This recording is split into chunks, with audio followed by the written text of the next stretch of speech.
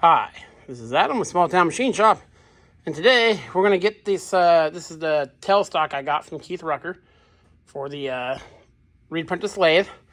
As you may remember, the previous video was all stuck, and I had to use my 100-ton press to get the quill out. So today we're going to clean all this stuff up and hopefully get to where it's moves smoothly and freely like it should. I think most of the problem, I don't know if this is going to show up. It looks like it had old grease in it. So we'll get all that cleaned out. Take this over to the wire wheel, clean the threads. Clean this up gently with the wire wheel, and then I'll use a 4/0 steel wool. Get it all cleaned and get it all lubed up, and hopefully that's all it takes. I'm still not feeling 100%, so this is all I can manage today. I am getting better though. So yeah, let's get set up. And I guess we'll start on cleaning up these two things. So we'll go over by the wire wheel and I'll bring you back. Okay, so we're back here. The lighting's terrible back here. I got a very, very soft wire wheel I keep on this grinder. Just for cleaning up, you know, more sensitive surfaces like machine surfaces. Let's fire this guy up.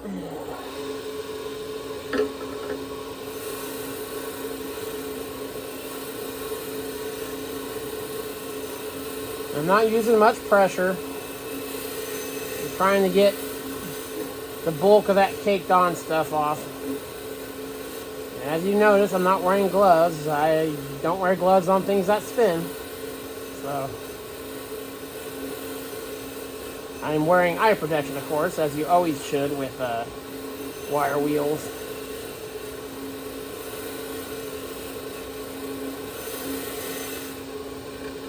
So I can already tell this is cleaning up really quick and easy.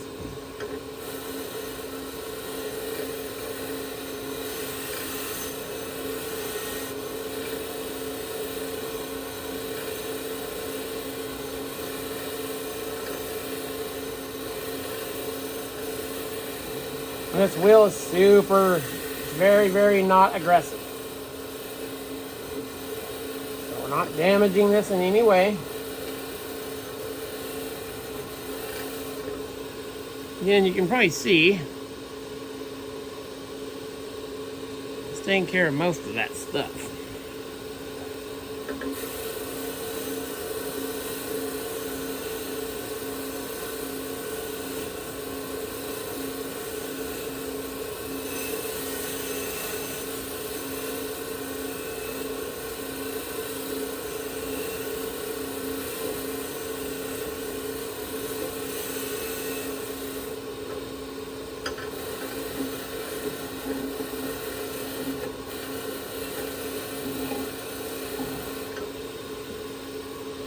Okay, that's good enough for this machine. Now we'll take it back to the bench and we'll do some touch-up work. Oh, it's got that pretty much cleaned up. My fingers are leaving oil prints on it. And I just took some Quad Zero and just, you know, rubbed it down. Then for cleaning out the slot here, what I typically do to clean out keyways is I cut little sections out of here, some shears. I forget what grit this is. It's very soft. And then I take a screwdriver, a very dull screwdriver. It's over here. And just do that. And it'll take a while to get it cleaned out.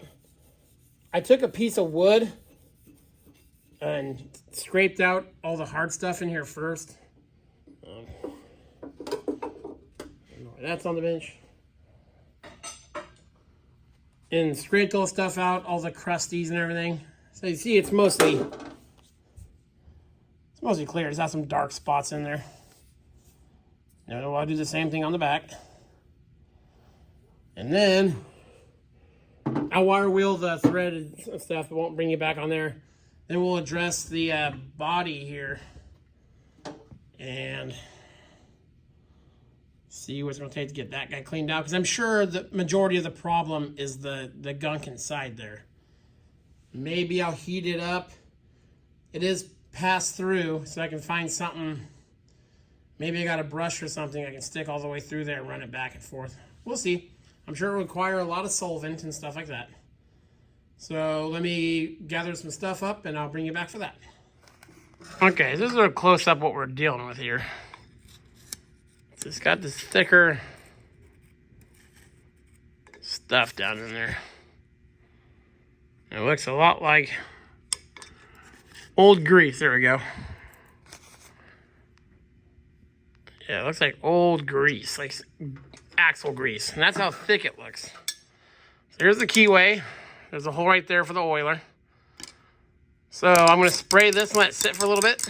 As you can see, the stuff's falling down everywhere in there. And then we'll get a smooth brush. And we'll brush around it. We'll see what comes from that. I'll bring you back.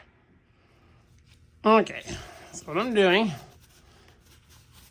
I get my glove back on here, is I brushed around some ATF all around there. And I've just been taking the brush and going around, and that is taking care of a vast majority of it. I can already, you can probably see there, those are some loose chunks, but it's a lot smoother. Let me zoom you in here a second.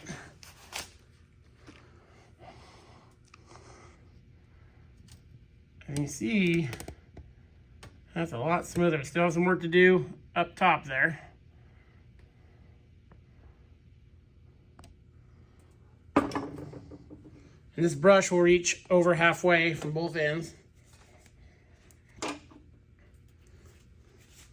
haven't been working at this long.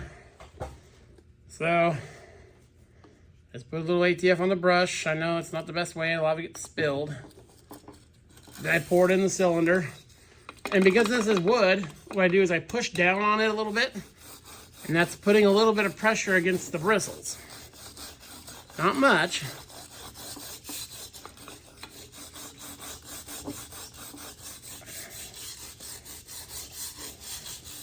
And then what I do, every once in a while, take a couple pieces of the wool, pack it in there, and just use this as a ramrod, and that'll collect all the little bits. I pull them out the back, and you see how dirty they're getting.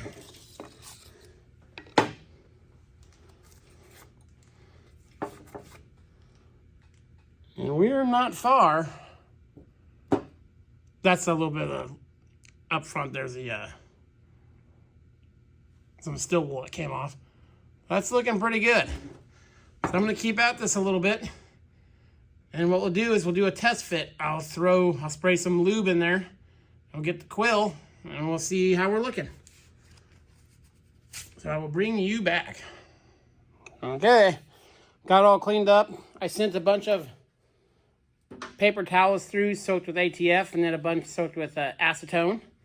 So it's all squeaky clean in there. So I don't see why this won't slide in there now. As you recall, I had to use the press to get it out. So, got our quill here. Just gonna put some light oil on it.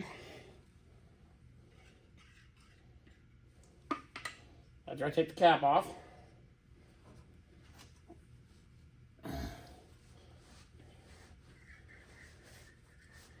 Get a light coating here in the keyway.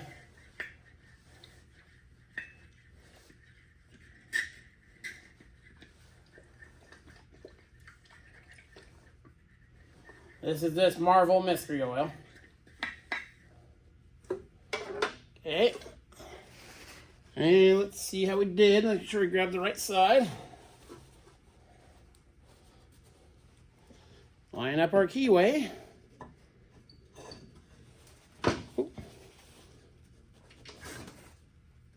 And there we go. And they're nice. Kind of stuck a little on the back. Let me poke it out just a bit. There we go.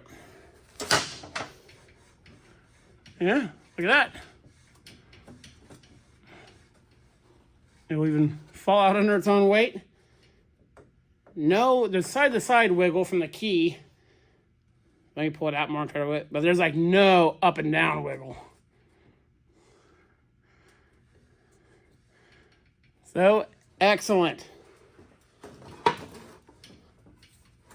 First step is done with this guy. Now I'm going to clean it up, degrease it, paint it, and do all that. And then I have Cody from Hidden World Forge. The base of this was really wore.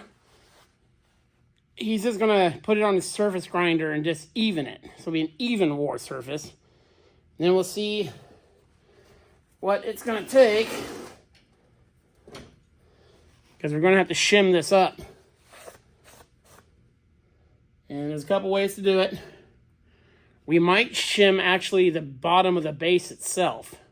We'll have to see how everything looks when we get that back. But the quill is no longer stuck.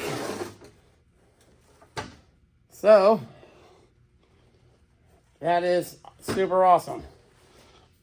So that was half the battle of getting this on this machine finally. Because I have never, in all the machines I've worked on, and I've had some that have been sitting out in the field for, decades, I've never had a quill stuck as this one was. I've never had to put it in the 100-ton press to push it out. So I'm glad we got it out without damaging anything. And awesome. This is Adam from Small Town Machine Shop. Please comment, like, and subscribe, and thanks for watching.